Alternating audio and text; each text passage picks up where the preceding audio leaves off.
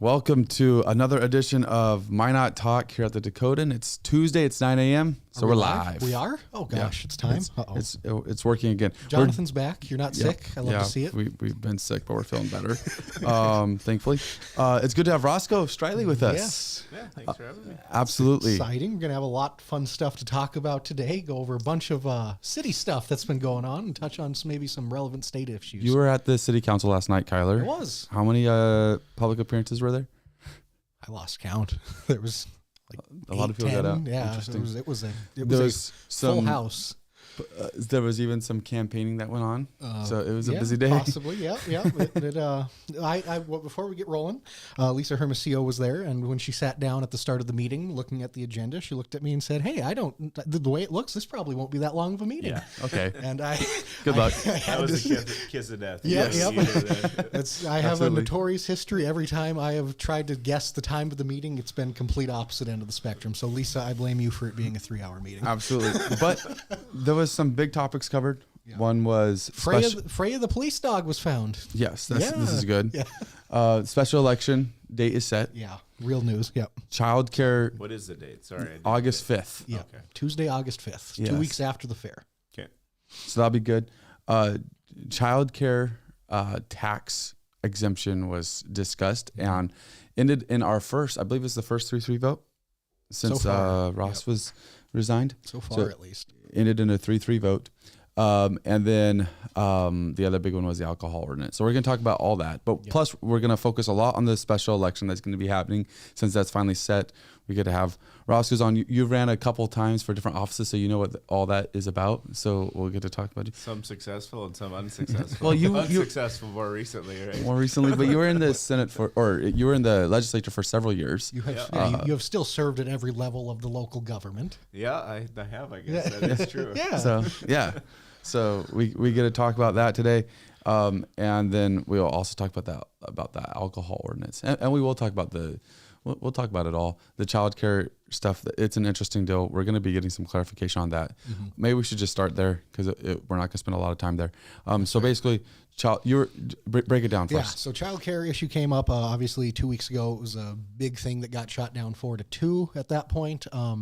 Got brought back up again by Paul Pittner last night to try to rework a couple of the things, try to maybe get that exemption worked into for some churches and possibly some of the nonprofits that operate or that they're operating out of, had a lot of people come forward that were part of the churches, came and spoke at the meeting, going through different issues on why this would be beneficial. And long story short, got 3-3 vote, ended up having a tie. And one thing that's important to remember is, from our understanding, based off 2 conversations that we've had, and that we are going to get greater clarification from maybe even from tax assessor, is that if you are a church, so you're a nonprofit, so you don't pay property taxes, and then you have childcare going on in your church, okay, so basically an issue right now is that basically the space that daycare is using for childcare is going to suddenly have to be charged property taxes. Yep. But there's a loophole from our understanding that if you're offering educational services within your daycare, which was a very broad scope, is what it sounded like, then you could also qualify for the tax exemption. So a lot of the places that were churches that had childcare inside their church, they were still going to continue to not have to pay property taxes, even if this thing failed like it did in council. That's our understanding. Yeah. The deal with this was this resolution was going to bring a broader scope where every daycare basically would be able to get be exempt from, have an exemption and try to, and they it's the same thing with the curriculum. It was very broad, not a lot of specifications onto how it's going to actually work out. Pretty much, so long as they're learning something at that stage, it would end up being accepted most likely. And here we are. So first off, I think this is an interesting topic because it's a workforce. It has been said many times, it's a workforce problem as much as it is a childcare problem. Apparently. How, and this one's for you, Roscoe, you care about property taxes a little bit. Well, I say that because that was part of your campaign a couple years ago. How involved should the city be when it comes to essentially, and I understand how big this problem is, but when it comes to these private businesses or nonprofits and getting involved in a fair market and something where you could go start a daycare tomorrow and make money and be profitable potentially, if you were a good business person, how involved should the city be as far as offering tax exemptions and stuff like that for certain segments of industry? I mean, by and large, I can't stand exemptions.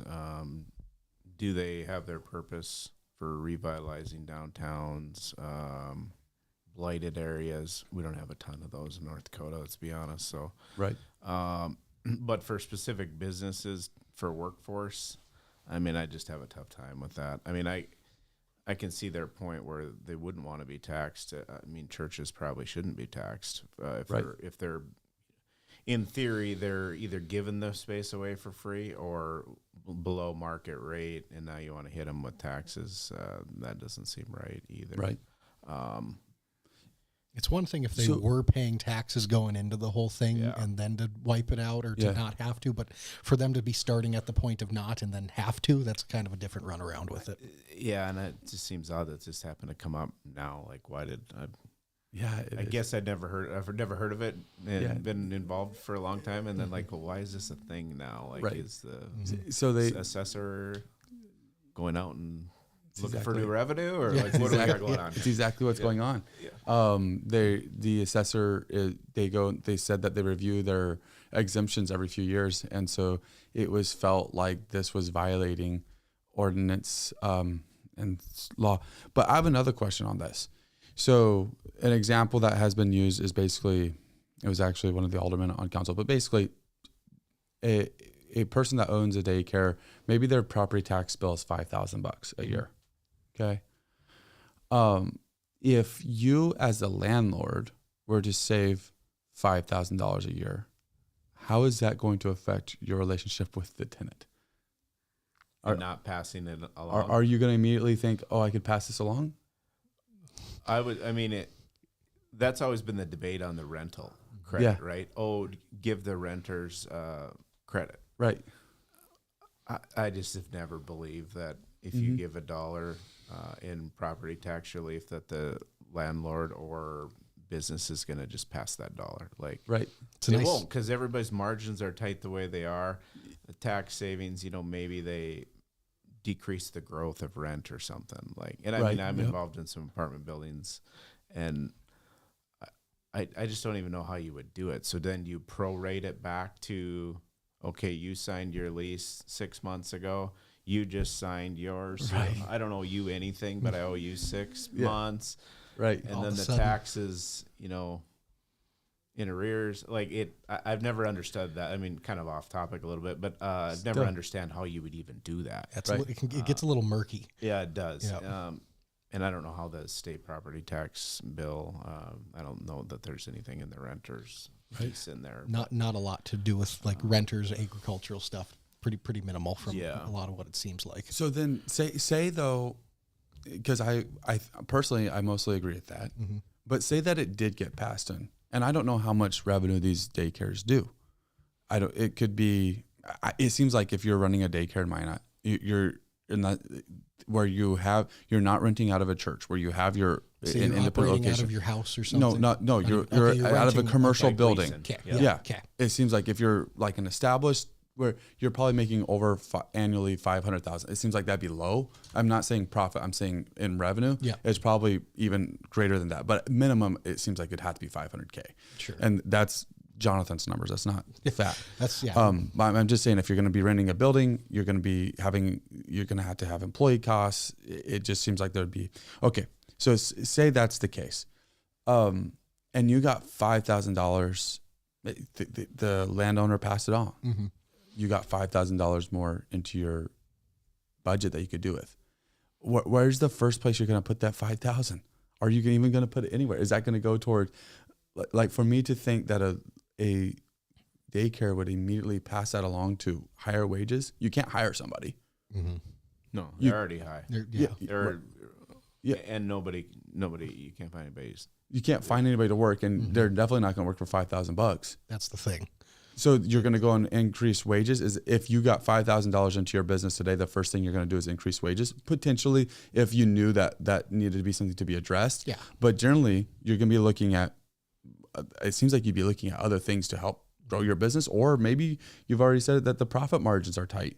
So they are. Maybe you finally get to make $5,000. It just goes in your pocket. Maybe you're somebody that's been making $45K a year as an owner because you're paying everybody else first. And all of a sudden, this can just be it's like a nice little bonus all of a sudden. I don't know. I struggle with that. I struggle with the idea that this was the move. And that's the thing. I think so much of it, because this all came out of the committee, the Childcare committee, and so much they're just trying to find something that actually works. So much of this is just an on the go, in the process of kind of situation. And this is the one that they came to a consensus on, at least, and they wanted to see, for lack of a better term, see if it would stick when they threw it at the wall.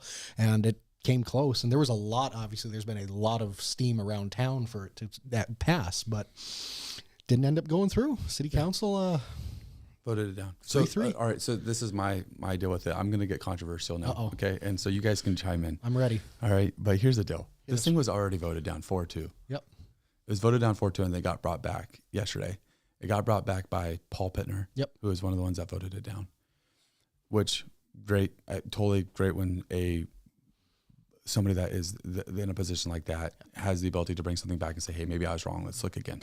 I respect that. Because he said this is some of the most vocal feedback that they've gotten for a subject in his 8 years. Right. But also there was a meeting that was specifically held for this. Yep. And there was only 2 council people that showed up for that. Yep. There was Alderwoman Lisa Olson and Alderman Rob Fuller showed up for that. It was last week at some point. He didn't show up for that. And it gets brought back. And all along in this process, he has been against this, saying that this is not the place for government to be working.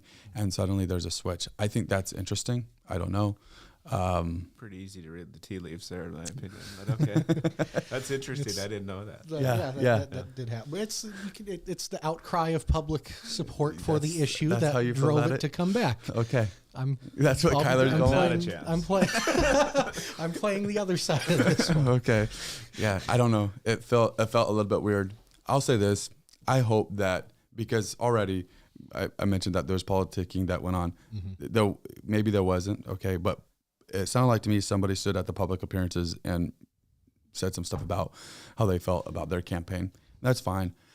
It's not fine, actually. In my opinion, let the city council meetings be free from politics during this mayoral race.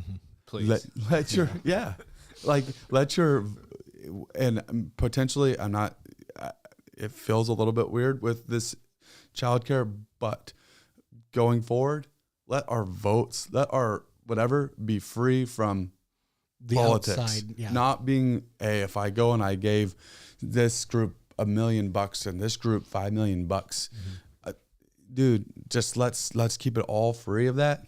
We're going through budget processes now. Money's going to be a huge topic. Let's make sure we have the best budget that we would have come to if we had a full 7-person council. Without a mayoral race going on.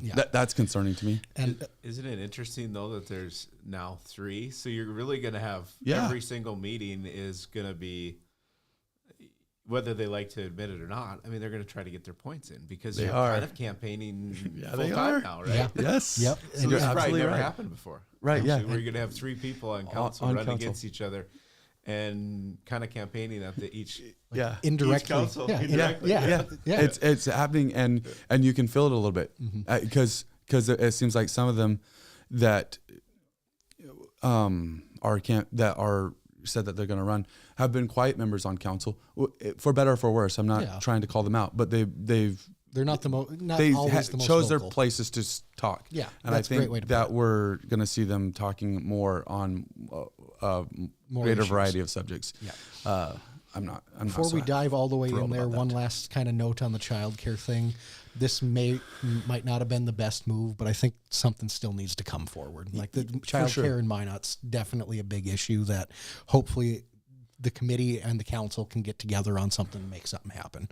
Because again, if it maybe try something, this had like a 4-year limit on it, maybe try something for 2 years instead. Try to find a compromise to get something to stick. And if it doesn't, then you can go from there. But hopefully they can get something rolling in the next couple months.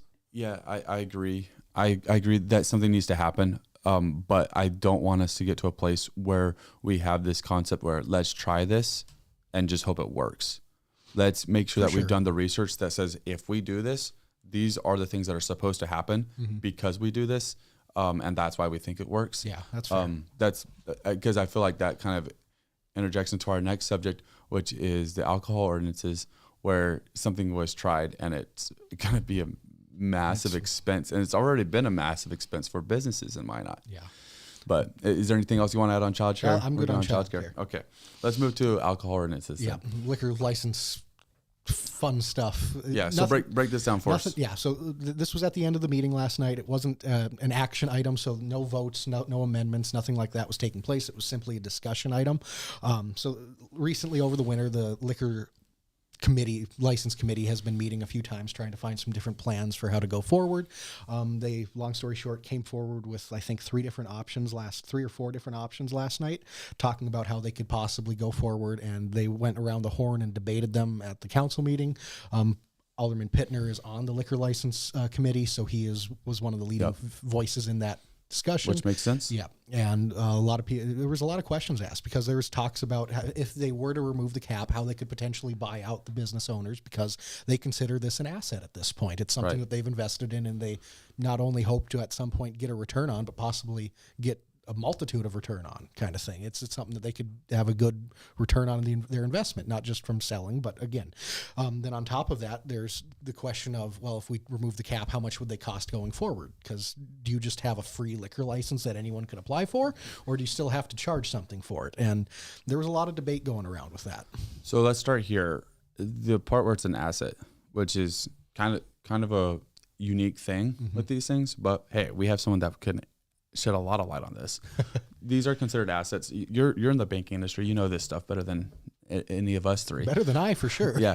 Kind of break this down how you guys view a liquor license for that type of business. Yeah, I mean, it's definitely not worth zero.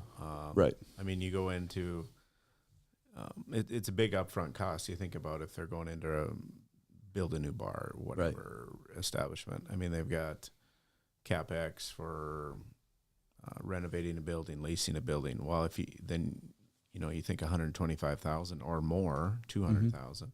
I mean, that's a huge part of the investment to get that business going or buying that business out. So to me, it's definitely an asset. It's arguable what the value is, right? I mean, I think we talked about it earlier. Target was a couple $100,000. Yep. I've seen 125. I've seen 150. It's kind of all over the board. Yeah. But I can't say I've seen anything less than 100. I mean, maybe there has been. Yeah. But not in recent years. Not probably. in recent years. I guess my question is I mean, this has been going on, and it's kind of the players involved are a little bit interesting to me. But like, what is the intent? Do we have like 50 businesses that want to open up and they can't find licenses? That's the part I've never been able to drill down on. And if there is people that want to come in and open and there's no license available, well, let's for sure fix that. But I think just I don't think you want to zero these guys out just because. I mean, think about a guy that bought one of these 10, 15 years ago. Yeah. It's probably worth 125. He maybe paid 125. There's been no appreciation, and that was just for him to be able to do business in the city of Minot. Right. So it's like, kind of kicking him a little bit. Aren't you? I mean, you got zero growth. Right. And now you're saying, actually, we're going to actually take that from you, even though we took it the first time. So we're going to double take it from you. Yeah. Like, that seems really wrong to me. Yeah. And that kind of stems another point that was made. Some of the arguments against removing it were some of the current license owners saying, hey, if you just let anyone start opening a bar in town for a vastly lower price for the liquor license, you're going to have a saturated market and bars are going to have to start closing. And the city said, I think it was Alderman Pittner that said, well, I don't think that the city should necessarily be the one to be concerned about a private business owner opening a business on their own accord. And if it fails, it should be on them at that stage. They're more of setting the table to make sure everything gets going fairly, I guess, for lack of better terms at that point. Okay, so I'm going to play purely devil's advocate because I'm not for the thing that I'm about to.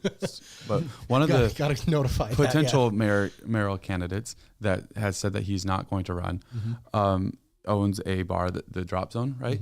And they ran into a situation a couple years ago where they were going to have at their bar They were going to do some stuff that was very not appropriate, and we're going to have, in my opinion, was not appropriate. That's their call, I guess. It's their business. And they had to move their event to Velva because it was going to involve strippers. Yeah. But why does the city of Minot care about that then? I think that like there are two different issues, but they're right next to each other when you talk about having a no cap on this. Yeah, they're separate but linked. If we had 75 bars in Minot and Minot proved that it could sustain them, what does that say about our town? Yeah.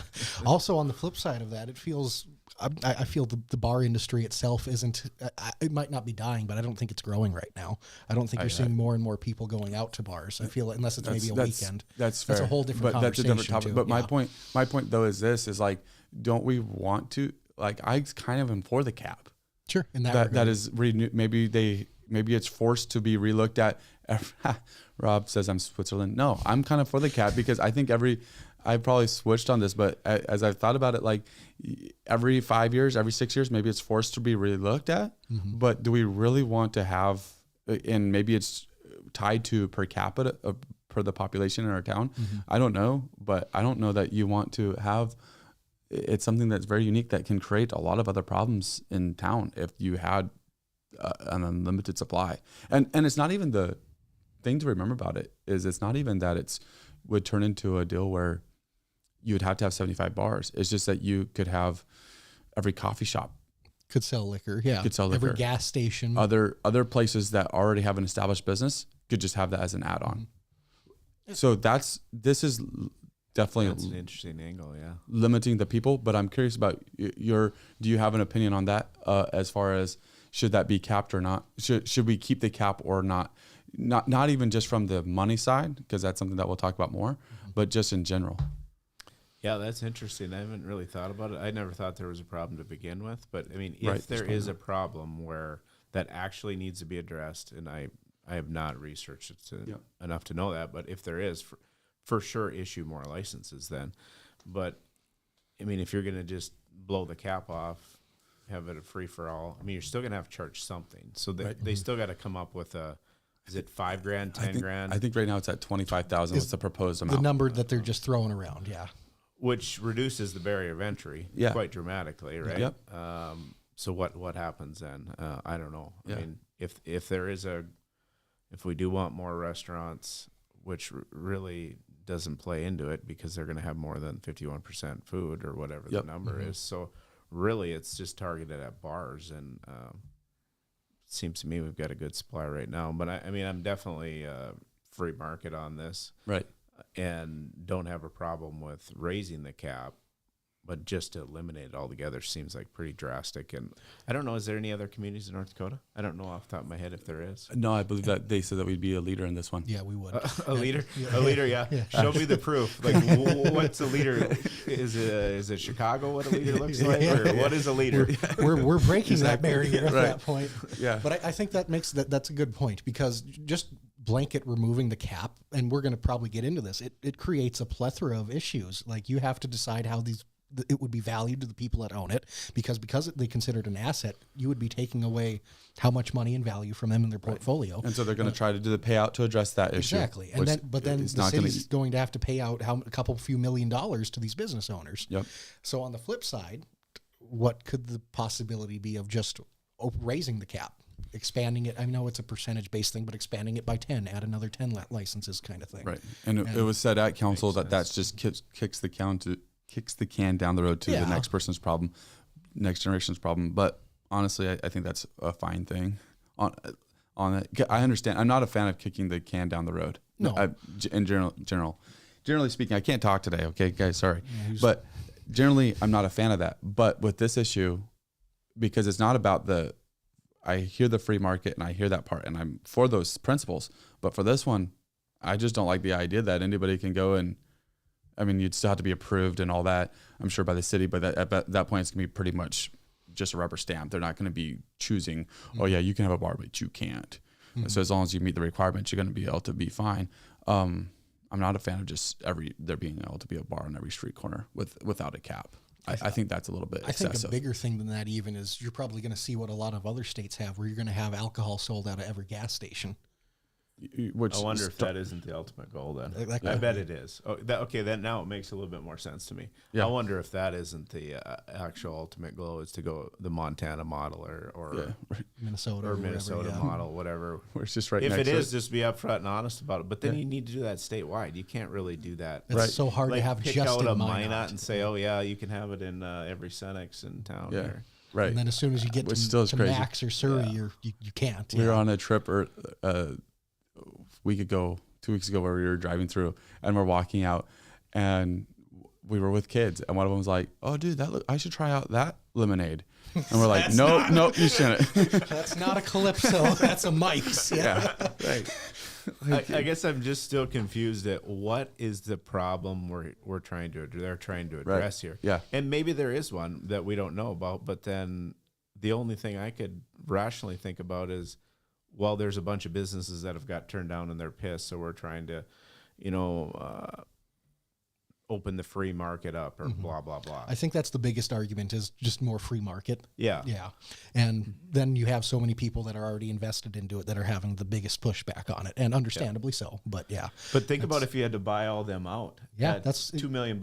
Yeah. And you're going to charge $25,000 for a new one. How long until you need a ton of new business to make that work. Yeah, you do. And so what did you really gain then? You gained 2 more bars and lost $2 million. Yeah. Seems like a great trade to me. Yeah. That's the biggest thing, is that's going to be just a massive buyout to get around. And I mean, not like it's unfeasible. Minot has enough reserves where they could make it happen, but it's more of the principle of it at that stage. Yeah, absolutely. It is the principle of it.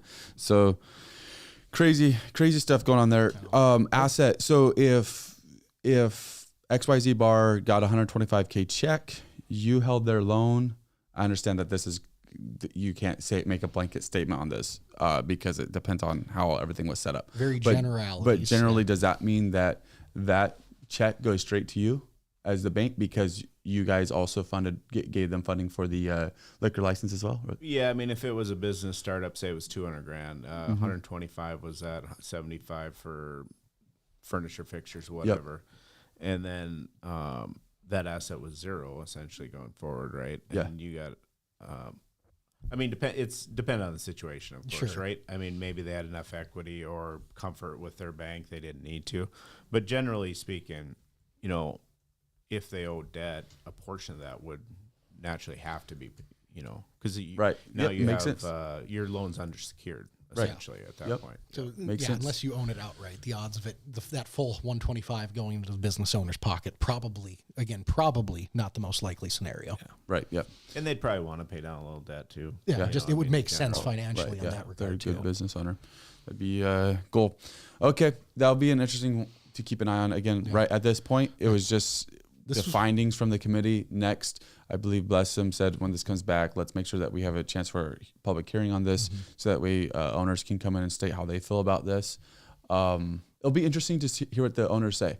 It will. Because I know for the daycare, and there was a lot of frustration because it was felt like people weren't listening to the constituents. So it'd be interesting to see if a lot of the owners are for the cap being removed or if they're against the cap being removed. Or even if they're amicable to some kind of a compromise of it. But I heard, and I know that this is a crazy number, but I heard somebody paid like $400K for one of these things. Well, here's what I was going to say. Because I remember when we first started doing this about a year ago, this was one of the first big issues that they were talking about was liquor license caps at that point. And I remember someone came to the public appearances like a year ago and said that it was a $400,000 cost. Yeah. I know there was some back and forth. They're not going to be happy. Yeah. But we do an open records request on that and see if that was actually confirm that. And that would be an interesting thing is because then also based off what was said at the meeting, it was said that there's some establishments that got annexed into the city, they didn't have to pay anything. So they're straight up getting just a wonderful check. Yeah. What happens if it is that where we'll refund you the exact amount. You have to provide us a proof of purchase. Sure. And so, easy enough. Yeah, in theory, they should have that because if it's $125,000, you didn't just be like, oh yeah, here's a check. I feel like that's a receipt you keep. Yeah. So, and I'm sure if there's actually people that had zero, 125 is probably close to the average for a lot. We'd probably come out to almost the same amount on the buyout numbers. If we went down the buyout route. It seems like something like that might be something to be looked at. But probably, I'm sure there's some reasons why that wouldn't be a good idea. But. Yeah, but at the same time, you're going to see it come back again. The committee's going to talk about it, and we'll see it. Well, the public. I'm really interested to see what the public says. Yeah, and that's the other thing, because say that the general public is all for it, but these like 30-some business owners are all heavily against it. Those are the ones that we got to be listening to there. 100%. But yeah, I feel like that's something that. How would you weigh something like that? Do you take the business owners' perspectives to a higher degree than just the general populace? I feel like probably, but it's such a small population. That's a hard thing to really nail down. I mean, they're the risk takers, the employers. Right. I mean, I would lean more to that. Honestly, to me, I really couldn't care less about the issue, other than I think it would be incredibly wrong to hose a bunch of businesses just because the government says, well, that was how it was before, but we're just going to eliminate that off your balance sheet. Have a nice day. Like, I think that's wrong. Yeah. I just don't see, if there is, and this would be an easy question to answer, how many businesses get denied or are looking for liquor license per year? Right. It cannot be more than a few. Yeah, it just can't be. No. So then raise it by a few. Yeah. I mean, add an extra 5-10 and you're good for a while. Yeah. Lower the fee or whatever. Yeah, maybe lower it a little bit and then add another dozen to the cap, and you're good to go for a while. In my opinion, this is my personal opinion again, when you're buying these on the black market of these licenses and you spend $400,000, a little bit that's on you. Yeah. A little bit it is. Yeah. Kind of is the black market though, really. It is. Kind of find okay, maybe I can knock that bar down by that restaurant. Got to know the guy that already owns it, kind of thing. Exactly. And so work a deal out. And that is kind of crazy too. You think about it, like we don't want one extreme or the other. Let's find the middle ground and move on. Right. Yeah. Absolutely. All right. So big deal that's going on in Minot here soon, August 5th. Actually, we're going to cut to our 60-second break, and then we'll talk about the special election. In the demanding world of oil and gas, precision, safety, and efficiency are non-negotiable. Unmanned operator drone services revolutionizes how you monitor, inspect, and manage your operations. With cutting-edge technology and expert operators, we deliver real-time data, detailed reports, and actionable insights for our valuable clients. Why risk the safety of your team or waste precious time? Our drones access even the most challenging areas with ease, reducing downtime and enhancing safety across your sites. We take the guesswork out of your projects by offering LiDAR, mapping, and inspection services so that your projects stay safe, on budget, and on time. Unmanned operator drone services, where technology meets safety, precision, and efficiency. Contact us today to elevate your operations. Yes, pun intended. We're back. All right, we're back. All right, so we're going to talk special election. It's going to happen August 5th. Yeah. Coming up fast. So far, we have 4 people that have declared their intent to run. They can't collect signatures yet. Mm-hmm. That cannot happen until the 94th day before the special election, and then they have 30 days to collect signatures. That's fair. Isn't that funny, though? It is funny. The process in this is so weird. It's so weird that it's so detailed, and it creates this whole timeline fiasco, really. But, oh well. Not my problem. Imagine the campaigning though at the state fair. This is going to be epic.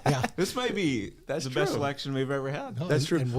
We were saying they should have had it during the state fair because the state fair is one of the voting centers typically. You'd actually had people voting. Versus the numbers we've seen historically been pretty weak. So. Pretty weak. Not been great. Yeah. You broke that down. What's the typically the turnout for Minot? For Minot for mayoral elections since 2010 has not broke 16.5% turnout. Yeah, that's incredible. Yeah. That's actually incredibly sad. Yeah, it is.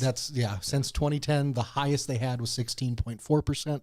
That was in 2018, which was a pretty big year after when Minot's City Council reorganized. And then you also broke this down in comparison to the state. Yeah. And so Minot, so in the state of North Dakota, there's 13 cities, excluding Minot Air Force Base, that have a population of 5,000 or more. Of those 13 cities, North Dakota's small. It really puts into perspective how small we are. No, that's for a fact. Love it.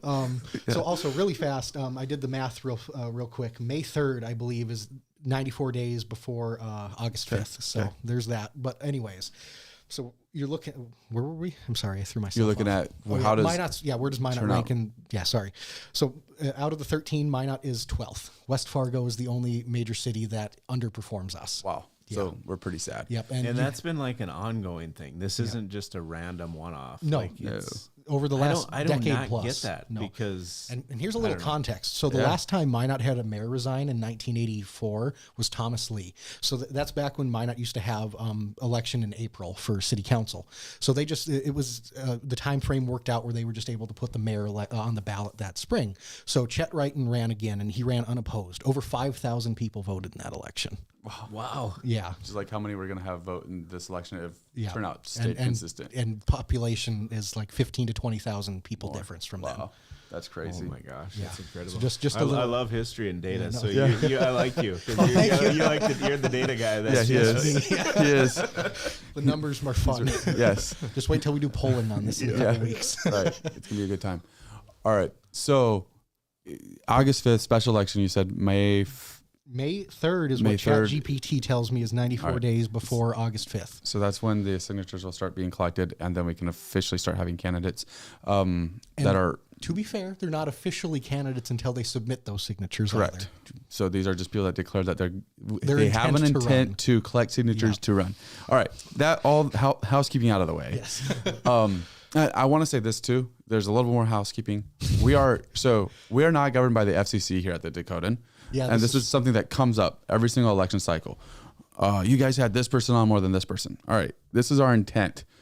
We're going to We are have, not subject to fair use rule or fair time rules, right. technically. But so if somebody has a 42-minute interview over a 35-minute interview, it is what it is. But we're going to do one interview with each candidate once signatures are collected. So those interviews will probably come out in June sometime. And then we may do one live stream with each candidate. That is if they choose to do it with us. Mm-hmm. So that is our intent. There is a chance that some candidates will have more. The only reason why they'll have more is because it is a paid spot, and we'll have that stated as a paid spot.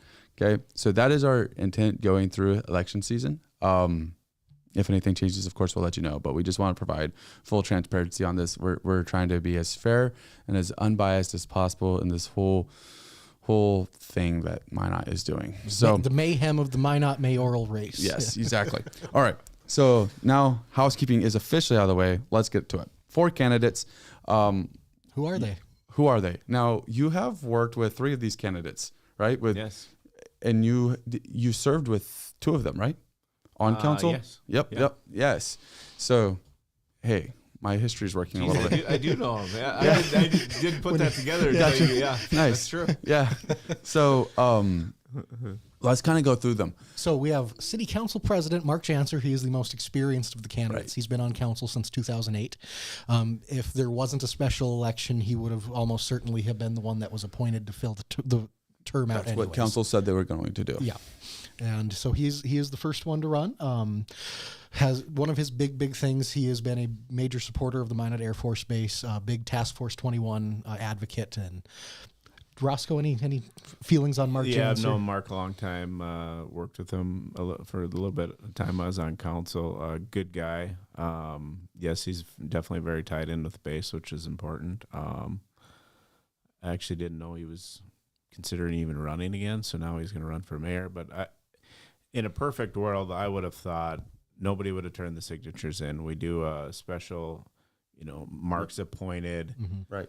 probably doesn't run again, and then we have a race. Now we have, the potential of 4 mayors in a year. 12 months span. It's crazy. And I think I'd kind of be surprised if he ran again. Maybe he will. I don't know. It seems to me he's a temporary choice, which I don't know that we need a temporary choice. We need to quit changing. Now that we're at the election point, let's just find somebody who wants to run the job, because you're gonna have to run again. Yeah. In a few months after. As soon as you So get it's done. 2 campaigns. So I would say don't vote for anybody that doesn't pledge to run again. We don't need a 8-month mayor to turn into a new mayor. So that's my main deal is I don't want 4 mayors or 3 mayors in a year. Yeah.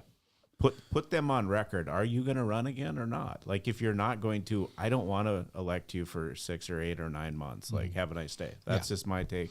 Right. Talking to Janser about it, I know he was undetermined at that point when we kind of had discussed some things about it with him. He wasn't sure if at that point he was going to run even for city council reelection. At that point, he was going to wait till after the first of the year to make a decision. So now with the mayoral thing in his pocket, I wonder if it's the same thing, if he's still going to wait till the first of the year, or if he might, now with everything going, might try to make an announcement one way or the other that he plans to run or not. And I know with Pittner, just moving on to the next one, he alluded pretty heavily last night at the meeting that he wouldn't run for re-election. They were talking about the liquor or the childcare exemption, and it would be a 4-year trial thing, and he said in 4 years I won't be here, so it'll be on the next council to make that determination. Obviously it's not a pure statement, but it pretty heavy implications from what he said with that. And so Paul Pittner, been on council since 2018, local guy, and he's just threw his hat in the ring last Tuesday. It's crazy how fast this time, or how much time it feels has passed in the past week already.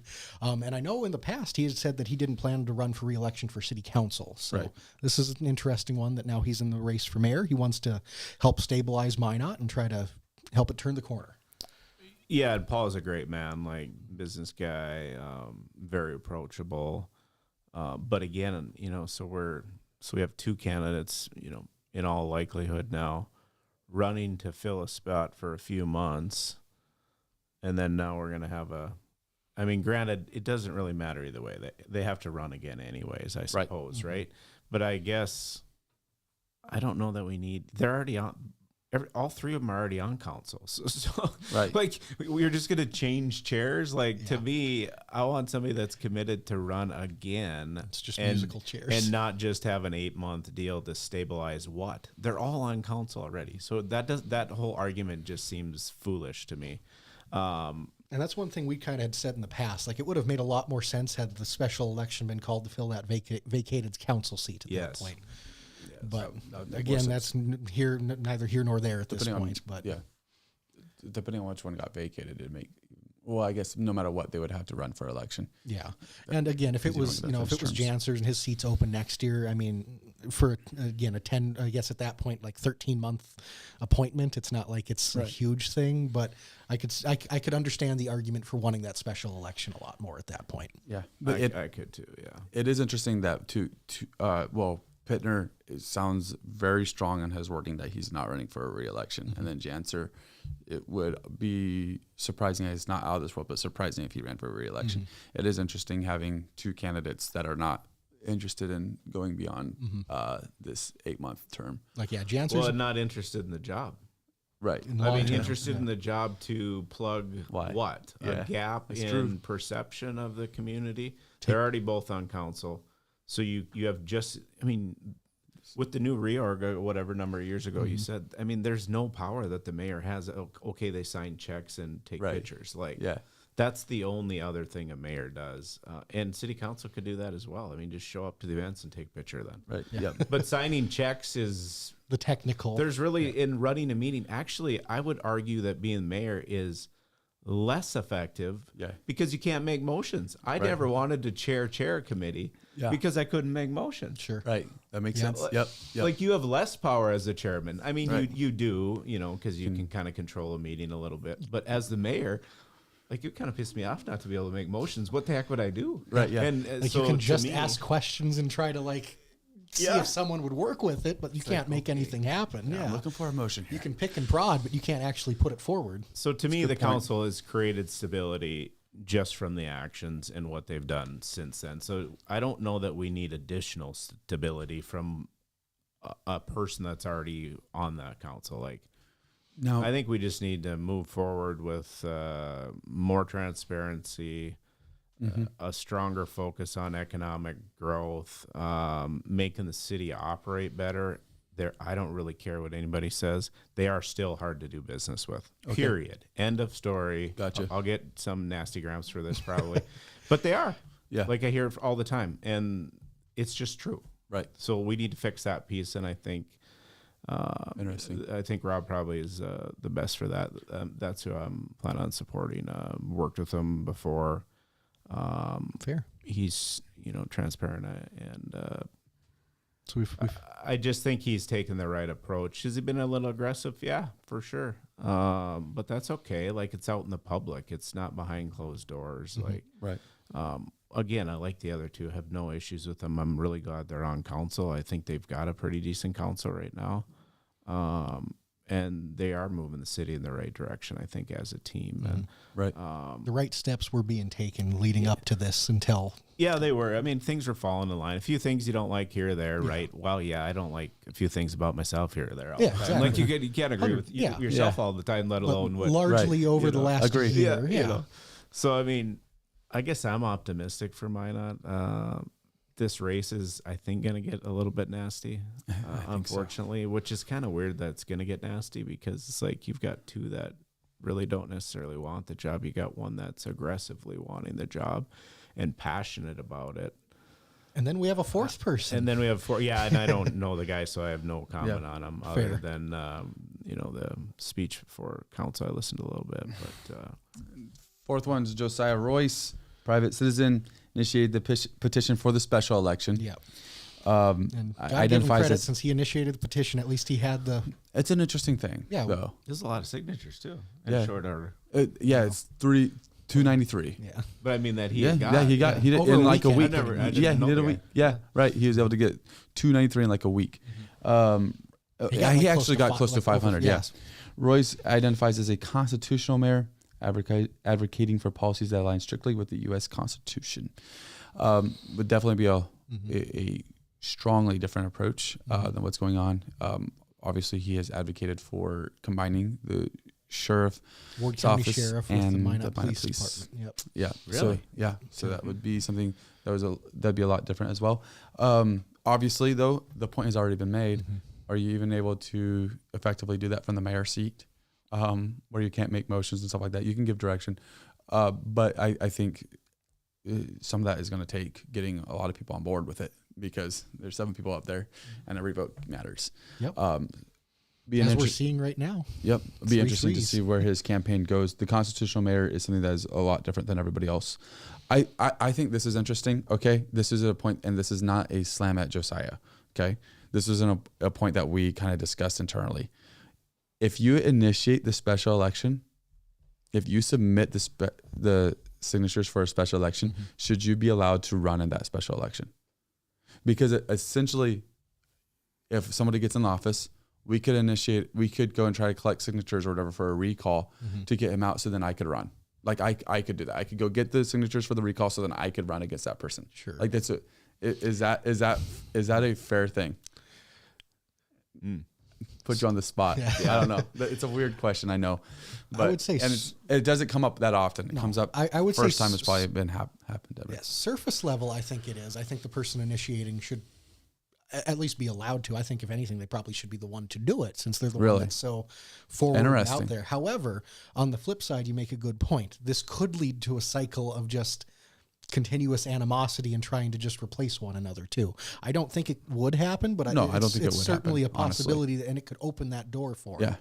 I can definitely see that. Yeah, that's interesting. Yeah. Okay. I think it's weird though to go enforce a special all right. Again, we're gonna have conversations with Josiah and all that. I'm not trying to throw him under the bus with these things, but in general, I think it's weird to be wanting a special election with the whole intent of you running, or a recall with the whole intent of you trying to force it at a weird time that may get and that's not what happened here fully. Yeah, there's a way broader scope that's going on. I'm just talking specifically for that. So would you rather them then initiate the petition and it just be a wide open slate, or would you rather them have like someone else that they know that would be they need to go get somebody else that's just as passionate about the change or whatever if they want to run that bad in a recall election? Because if you're going to force an election, it's going to be like in 2 years from now, somebody's unhappy with the mayor, they want to do a recall election, you're going to have low voter turnout, it's going to be pathetic, and a no-name person that just is upset could have a greater opportunity versus a general election that's going to happen with a primary when more voters are going to turn out. So somebody like me would actually have a chance rather than having to And see, that's kind of goes to a point I wanted to talk about next, and we've already touched on the. Yeah. Go ahead if you want to finish. Yeah, there's one more thing I want to say. Go ahead. You've done a lot of research on this, and you kind of referenced this already. Do you know for sure if this is the first time that we've had 3 people on the dais run in one election? I can say for a fact it is since 2002. But Since 2002. I can't say for sure before then. Right. So. Yeah, it's going to be some weird waters. We were already kind of asking what the laws were about, like how the campaigning at council can work and not work, because it's going to be something that's going to be touch and go. I feel like the entire thing, which makes sense, but it's going to be interesting to watch. Yeah. But, Well, and think about what we got. So we've got a park election in June, yes, right? Right. This is And a then good we've point. got Just wait for the state 2,000 people. fair, Yep. and then the week of WeFest Yeah. is the election. There you go. So and then next year we have All over again. all over again. The primaries in June. Yep. in a city that doesn't like to turn out. This could actually be kind of fun. Yeah. It could be kind of Watch like 1,800 people show up to the June election, and it'd be like a 750 to whatever vote kind of thing. Do you think do you think that passes? I think it should pass. You think it should pass? I like the reduction on the less reliance on property tax, Right. especially now if you think about the governor's bill passing. Yeah, with that Mine cap. down. Now you've got parks coming down, shifting to sales tax. I've just always believed that sales tax or consent, whatever you want to call it, is a more fair tax. Like, Gotcha. and especially for parks, like, I mean, it just isn't city people Right. that use Yeah. them. So now we're taking revenue from people who are already coming here and helping pay for our great park system, which is phenomenal, by Right. the way. And Ellie does a phenomenal job. Incredibly knowledgeable. And Ron before her, awesome dude, good friend, did a nice job too. I think they've got a really good council or park board. So to me, that one, I really hope it passes, because now, I mean, it's going to take less burden off the citizens themselves to fund the park system, which is globally used by, I mean, you got the golf course, you've got the trails, you've got the, pool won't be open this year, but you've got the baseball diamonds, Right. Across the board. I mean, across the board, and we're pretty blessed with the system we have. Yeah. So I hope that happens, and I hope people understand, like, yeah, the taxes would be going up on the sales tax side, not that incremental versus what the elimination or reduction in the property tax. And I think and hopefully when they do their campaigning, they'll say, well, this is X amount of dollars you'd have to spend on X amount of home. Because Right. I think in the end, you're going to see it's a net decrease for, the rental side, that's arguable, Well, right? But the property owners that have rentals, it'll But affect I them guess too. they'll So get some there too. can be a test to see if that actually does reduce rents. Yeah, Yep. there could be a testing ground to actually see actively if anyone in Minot is willing to take that next step and actually show some of those savings to the renters. Yeah, for sure. Yeah, that'll be interesting. One other thing with that too, like just looking forward to the special election in August. So obviously we've talked a lot about turnout numbers. If we have a similar turnout to the last mayoral election in 2022, where like 4,500 people showed up, all of a sudden you could see some interesting developments kind of play out. I feel like you're going to have a lot of people that could be splitting votes from one another, and it could be an incredibly tight race where you have the winner getting 30% of the vote kind of thing. I think that's super likely. Yeah. Yeah, it's so, I mean, we have nothing publicly that we would say yet, because we'd be interested in seeing polling numbers if we actually get anything that we can use. But I'm going to get stuff we can use. Don't worry. Okay, sounds good. But the deal is like, it feels like the data that we're thinking of though is I don't know that we can actually create something that would be able to represent it. But there's so many people that are going to pull votes from each other. It seems like just because you have 3 people on council, so they already have different bases, and some of them are going to cross over, of course. And then you have one that's not, but that may still or may not. So gonna be interesting for sure. Well, look forward to it. We're coming to the end of our hour. It's been a good talk. We were going to talk property taxes a little bit. We kind of interjected that throughout though. Yeah. So Yeah. Other than call the Senate Majority Leader and other Minot legislators and tell them to pass what the governor originally introduced, Mike Nathy's bill. Yeah. That was by far the best plan. I have no idea what they have right now, to be honest with you. It's just a hodgepodge of all kinds of ideas. This one should have been, in my opinion, one of the first bills done and sent to the governors, taking the money off the table. Yep. And then did the budget, not putting this at the end and saying, oh, by the way, we have a little bit of crumbs for you peasants. Right. Us peasants should have got the bill that was introduced right away. Right. And that's where I feel that, especially in the Senate, they dropped the ball there. I thought the House did a decent job on it, though. That's good. Yeah. It's going to be interesting to see how that ends up getting passed, because we're starting to get towards the end of the legislative cycle, and Gosh, can't be more than a week. it's I think like 2, something like that. It's not much left, so they have to figure something out at some stage here, and there's a fair chance they could end up doing an extra couple weeks of special session kind of thing just to get this stuff done. Right.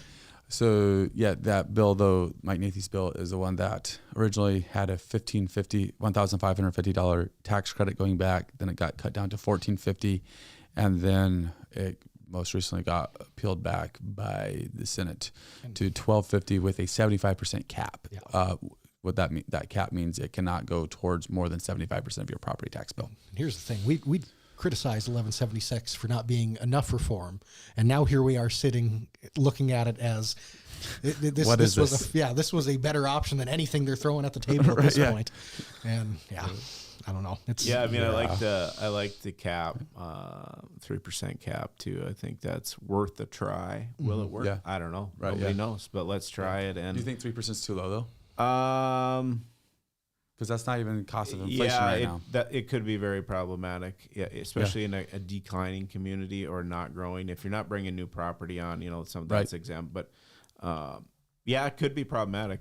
It'll force Doge cuts at all city levels, I guess. Right. Which isn't a bad thing to try for a couple of years. Yeah. Put the screws to them, so to speak, and, and see what happens. Because there isn't any government agency or business that can't tighten their belt a little. Right.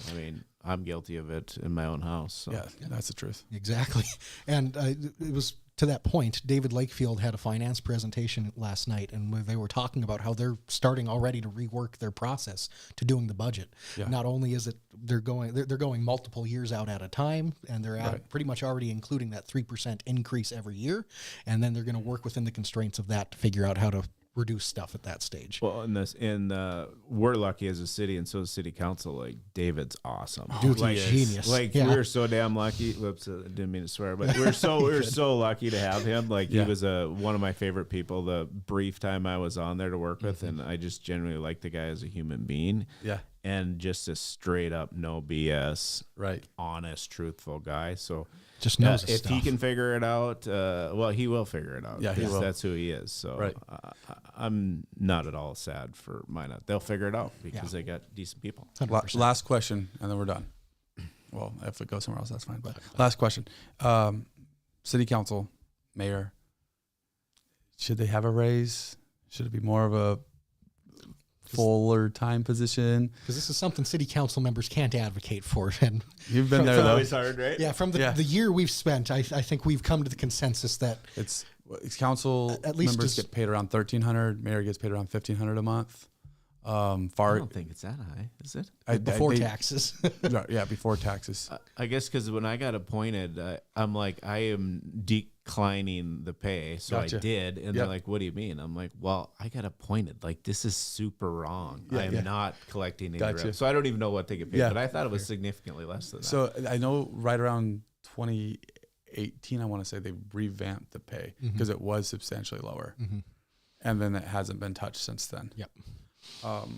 It feels like with the amount of work that gets put into it, if it's to be done properly, it feels like it wouldn't hurt to maybe make it a little bit more incentivized, because it's going to be hard to make something like that a full-time position, especially when no other city in North Dakota has one. All right, so here you go. Annual salary of $18,000 for the mayor. In late 2019, they doubled the mayor's salary from $9,000 to $18,000. Sorry, from $9,000 to $18,000. I said that right. So yeah. In comparison, I know that we're not Fargo, but Fargo mayor gets paid $63,000, and the mayor does, and then the council I think get paid around half that. So I mean that they're not the standard that we need to be approaching, but should we be looking at more like maybe $2,000 a month for a mayor and $1,500-$1,600 a month for a council person? What do you think? Well, the interesting thing is now go look at Ward County. They get health care. Yeah, right. Yeah. That's like think about that. That's a $30,000 benefit. Right. Yeah. Plus whatever they get for pay. I think the pay is quite a bit less. Yeah. Well, and I think there's retirement too. Like that's crazy to Yeah. me. Like why does anybody talk about that? Like Ward County's paying their health insurance. Yeah. Like that's like the legislature now plus pay. So yeah, to me, I think the pay should be higher. The council, I mean, I was on there very long, but when I was like, it's a way more work than a guy would ever think. Oh yeah. And especially if you want to be effective or actually know your facts, and it's arguable whether I'm either. Yeah. But I mean, I put a lot of time into it. I'm sure. And I didn't take any pay because I thought it was wrong. But I do think it should be adjusted a little bit. Yeah. Just for the time, nobody does public service for a full-time job or get rich unless you're, a statewide elected one, then, that's their full-time gig. Right. Right. But they're not doing it because they're trying to, pad their retirement account either. No. So they barely get paid to cover their gas. Yeah. like when you think about it, I mean, it's not that drastic, but it's crazy. But that's a hard one to vote on, though. That was always a pain at the legislature. So when I was there, I don't know whoever put in a bill to tie it to whatever the state employees were. So then the issue was done. It just, if it's 3%, then the state, you get it as well. 3%. So Ward County commissioners, 23,000 a year, so just under 2,000, and then they get the benefits, however those work out. Even if it was just so it's that, 50. Yeah, right. Yeah, with your benefit package. Yeah, it's got to be 2,000-3,000 a month, or 2,500 probably for health insurance. Gotcha. I mean, right? Yeah, right. Yeah. I would imagine it's not hard to get health insurance expensive these days. So crazy stuff. Undoubtedly. It's going to be an interesting summer we got ahead of us. So here you go. Miranda Schuler says 4 or 5 members of county commission are taking the fully paid health insurance at the next budget meetings. I intend to propose eliminating that benefit. It's $150K year line item. So awesome, if you divide, Miranda. yeah, way to go. And 150K divided by, there's 5 there. Yep. So that's your 30K. Yep. 30K a month. Yeah, we're right or there. year per person. So there you go. Well, thanks for coming on today. Good discussion. Be interesting to see how this special election plays out. Undoubtedly. It sure will. Thanks for having me, guys. Yeah, Thank you. Love to do it again. That was fun. Let's do it. Yeah. Coming back, no doubt. Yeah. Thank you to all you that watched this episode. Be sure to like and subscribe. Join the Dakotan community. Go to mydakotan.com. We have updates throughout the day. Thanks for watching. Have a great day.